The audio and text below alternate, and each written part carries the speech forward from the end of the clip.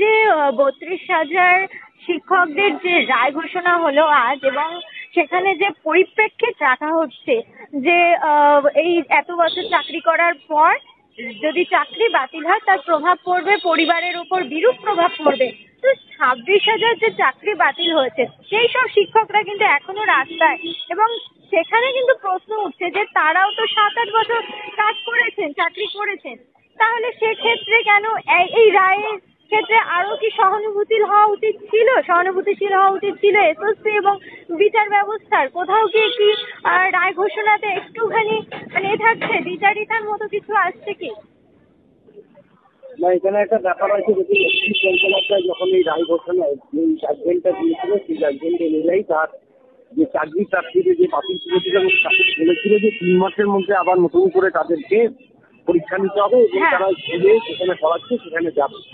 কিন্তু অদ্ভুত ব্যাপার হচ্ছে, এই জাজমেন্ট দেওয়ার পর অভিজিৎ বন্দ্যোপাধ্যায় কিন্তু ভারতীয় জনতা পার্টির সাংসদ।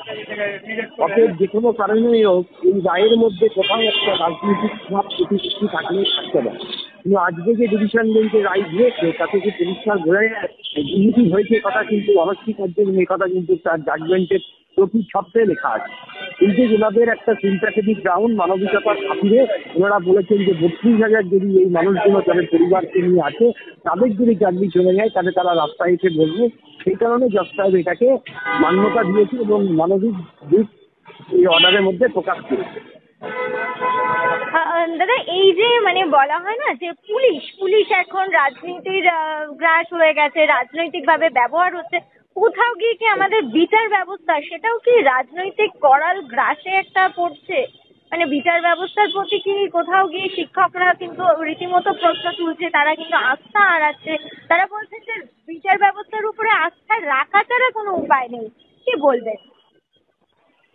দেখুন, আমরা জানি মিস্টার গগৈ সুপ্রিম কোর্টের চিফ জাস্টিস থেকে সাংসদ হয়েছে। অতএব সুপ্রিম কোর্টে তার যে লাস্ট জাজমেন্টটা ছিল সেটা কিন্তু আপনি যদি ভালো করে লক্ষ্য করেন সেটা কিন্তু রাজনৈতিক পক্ষপাত। অতএব বিচার ব্যবস্থা, আগে যে বিচার ব্যবস্থা ছিল আর এখন যে বিচার ব্যবস্থা, কোথাও একটা পার্থক্য অল্প হলেও লক্ষ্য করা যাচ্ছে। অতএব জজ সাহেবরা যখনই কোনো রাজনীতিতে অঙ্গাঙ্গিকভাবে জড়িয়ে করতে বা জড়ানোর চেষ্টা করছে তাদের আফটার রিটায়ারমেন্ট বা অবসরের পরে, ফলে স্বাভাবিক কারণেই তার যে অর্ডার দিচ্ছে বা যে অর্ডারগুলোতে তিনি দিচ্ছেন তার মধ্যে একটা রাজনৈতিক প্রভাব থাকছে এবং রাজনৈতিক দেশে দৃষ্ট হচ্ছে।